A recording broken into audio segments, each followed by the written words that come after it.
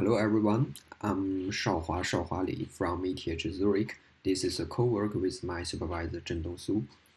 Today I'm going to present our work on finding unstable code via compiler-driven differential testing. First of all, what is unstable code? Given an input program, we can use some compiler to compile it down to some binaries. And if we have another compiler, we can also compile it to another binary. And normally speaking, these two binaries should be semantically equivalent, meaning that they should always emit the same outputs on the same input. But what if they emit different outputs even on the same input? There are two possible reasons. The first one is due to compiler bugs. That means some bugs in the compiler implementations causes one of the compiler miscompiles your program. However, for modern mature compilers, it's extremely rare for compilers to miscompile your code. The second possible reason is due to undefined behaviors in your source code, meaning that some bugs in your source code causes the different compilers compiles it differently. So in this work, we focus on the second one, which is we define the second one, and we refers to some code in your source code that contains undefined behaviors as unstable code. So now we need to understand what is undefined behavior. Undefined behavior is some certain behaviors that is undefined according to the programming language specification. For example, here is an overall overview of the undefined behaviors in C17 standard. And in C17 standard, it lists over 200 undefined behaviors, including buffer overflows, integer overflows, and null pointer dereference, and many more. So compilers, by definition, they can always assume that the input program, they are free of undefined behaviors, and which means that they can always assume that undefined behavior never exists in the input program. And this assumption gives compilers a lot of freedom in optimizing the input program. Now let's rephrase a bit about the unstable code. So we refers to code as that has inconsistent semantics across compilers due to undefined behaviors as unstable code.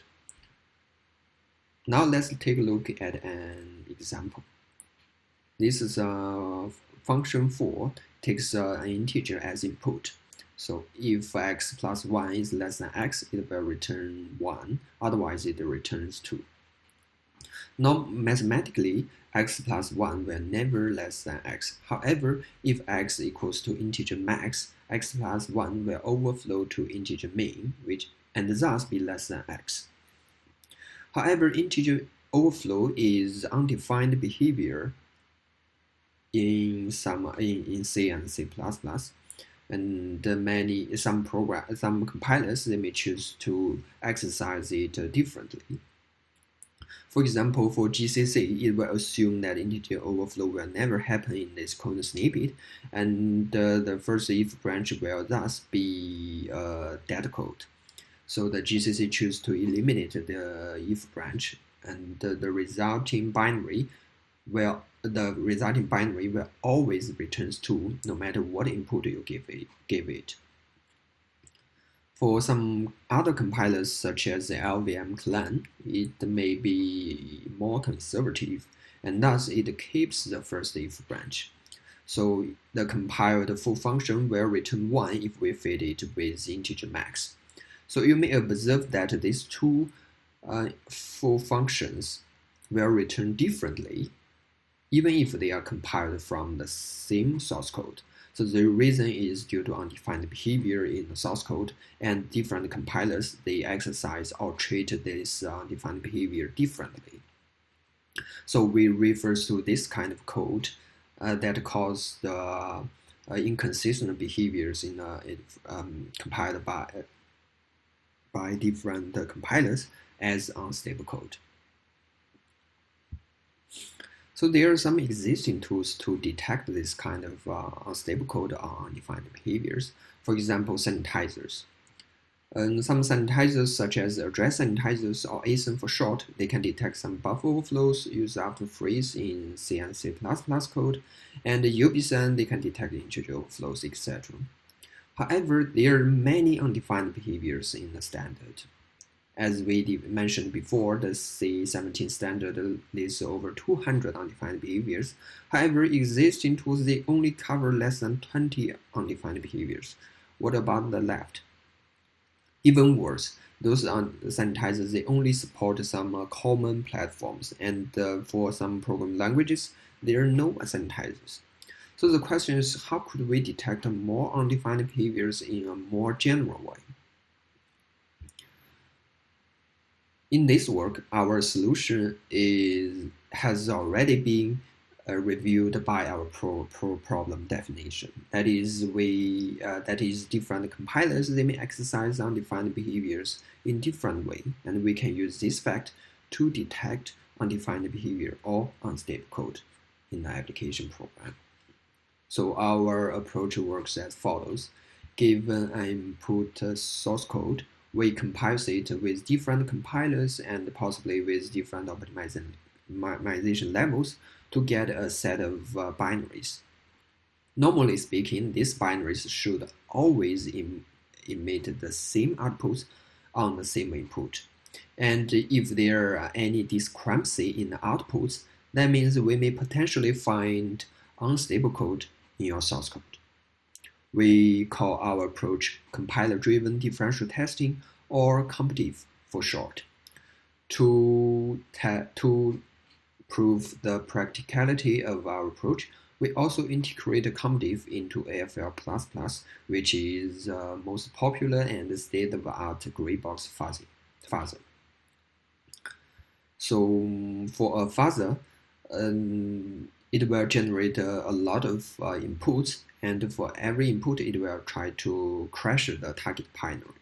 So with our integration, for every fuzzer generated input, we also feed them to a set of binaries that compile from the same source code with different compilers, and we differentially examine the output contents. And if there are discrepancy in the outputs, we will report it as a bug triggering test.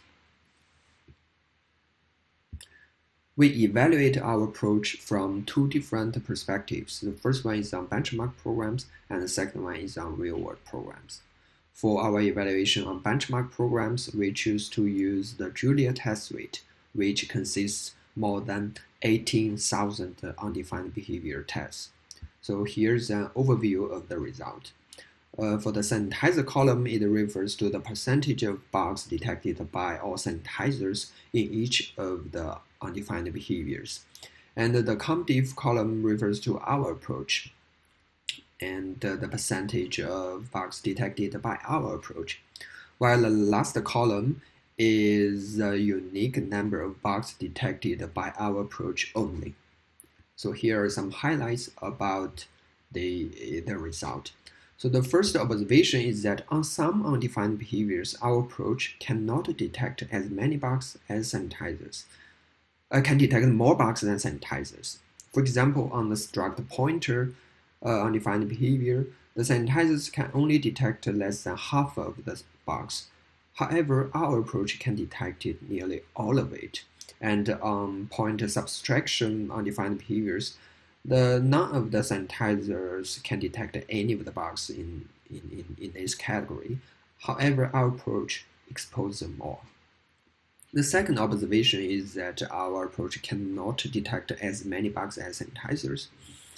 For example, in the memory bugs, which includes buffer overflows, used after free, the sanitizers can detect more than 90% of the bugs. However, our approach can detect only 63% of the bugs. However, even in these cases, our approach can still uniquely detect some of the bugs. For example, again, on these memory errors, although our approach cannot detect as many bugs as sanitizers, overall, but it can still uniquely detect more than 100 bugs. So in conclusion, the key takeaway is that our approach complements the bug detection capability of existing sanitizers. And in practice, if you want to maximize the bug detection capability, you should use both of the sanitizers and our approach. Our second evaluation is on real-world programs. We choose 23 popular real-world projects, including TCP dump, Wireshark, OBJ dump, etc. And we fuzz each of the target with 24 hours with competitive AFL++. So the key result is we reported 78 new bugs, with 65 of them got confirmed and 52 of them got fixed. Among those 78 newly reported bugs, 33 of them cannot be detected by sanitizers or can only be detected by our approach. And this means that our again demonstrate that our approach complements the bug detection capability of existing sanitizers. And if you want to maximize the bug detection capability, again, you should use competitive and our approach. And as a byproduct, our approach even detected 3 compiler bugs, meaning that the inconsistent output behaviors is not due to undefined behaviors, but due to some miscompilation bugs in the compilers. However, because detecting compiler bugs in real-world application code is really hard, and it's not the focus of our approach. So we consider those compiler bugs as a byproduct. Okay, thank you very much for listening, and here's an overview of my presentation, and I'm opening to questions.